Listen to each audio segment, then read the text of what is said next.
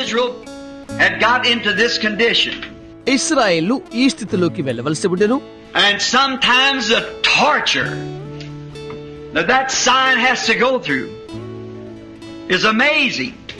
కొన్నిసార్లు చిత్రహింస అయిన సూచన ద్వారా వెళ్ళడం అనేది ఆశ్చర్యాన్ని కనిపిస్తుంది. The torture that Jesus went through to prove the sign of God that he was the Messiah. యేసు అనుభవించిన చిత్రహింస ఆయనే మెస్సయ్య అని రుజువు చేయబడి ఉండెను. We find out here this young prophet by the name of Ezekiel constantly became a sign all the time. How he tortured himself. యవ్వనస్తులైన ఈ ప్రవక్తను మనం చూస్తున్నాము. ఎహెజ్కేలును పేరుగల ఈ ప్రవక్తను మనం చూస్తున్నాము. ఎల్లవేళలా కూడా ఎడతెగని సూచనగా అతడు ఉండెను. అతడు ఏ విధముగా చిత్రహింస పెట్టబడినో. One place here we find where he laid on his left side for 390 days. ఒక స్థలములో మనం ఈ విధంగా కనుగొంటున్నాము. అతడు తన ఎడమ ప్రక్కన 390 దినాలు పండుకున్నాడు.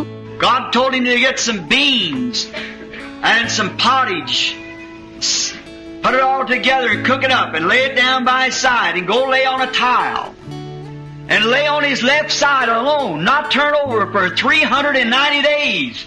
దేవుడు అతనితో ఇలా చెప్పాడు, కొన్ని కూర విత్తనాలు, కొంత అంబలి లేక గంజి తీసుకుని వచ్చి దాన్ని కలిపి ఉడకబెట్టు అని చెప్పాడు. ప్రక్కకు పండుకోమని చెప్పాడు. వెళ్లిపోయి ఒక పెంకు పైన ఎడవ వైపున మాత్రమే పండుకోమన్నాడు.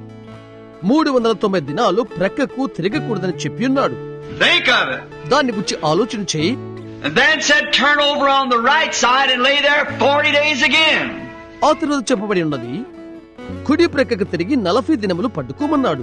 And he said, you're what you see, Ezekiel said, because you're bearing the iniquity of the people.